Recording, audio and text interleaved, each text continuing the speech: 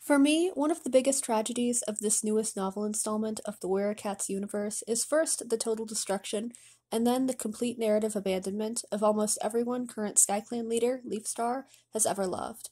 After the publication of Hawkwing's Journey, where we catch back up with the SkyClan cats after a long hiatus between the publications of the Stranger and SkyClan comic book arcs, which establishes the birth of Leafstar's kits and her settling into a more domestic life as Billy Storm's mate, we barely have time to establish that Firefern, Stormheart, and Harrybrook are now adults and have settled into regular clan life before Darktail attacks, and 2 out of the 3 littermates are dead, along with Leafstar's mate, Billy Storm. Moving forward into the Vision of Shadows arc, I was expecting to see an acknowledgement of this tremendous tragedy to Leafstar and SkyClan moving forward into the series, especially considering we meet Stormheart's mate, Mistfeather, in the first book, The Apprentice's Quest.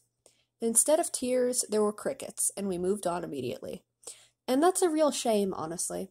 One of the aspects of the original Warrior Cat series I appreciated most was how the books took their time to invest in the characters, establish why we should love them or grieve them, and then give the other cats and the audience time to mourn that loss and contemplate its repercussions for either specific characters or the wider Warrior Cats world moving forward into the series. Instead of overwhelming grief and shock, Firefern, Stormheart, and Billy Storm's deaths just make me feel really, really sorry for Leafstar and concerned for her mental health as we move further into the series.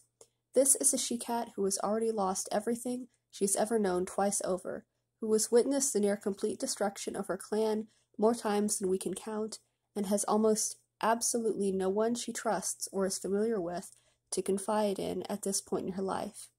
In another time, with better writing, I would have thought that this series of events are leading Leafstar into a character arc very similar to Blue Star's in the original series, but ultimately this is extremely unlikely and just makes me nostalgic for better days. What do you guys think? I'd love to hear your thoughts down in the comment section below, and if you like this video and want to see more like it, don't forget to like, share, comment, and subscribe down below for more great videos. I'll see y'all next time. Bye!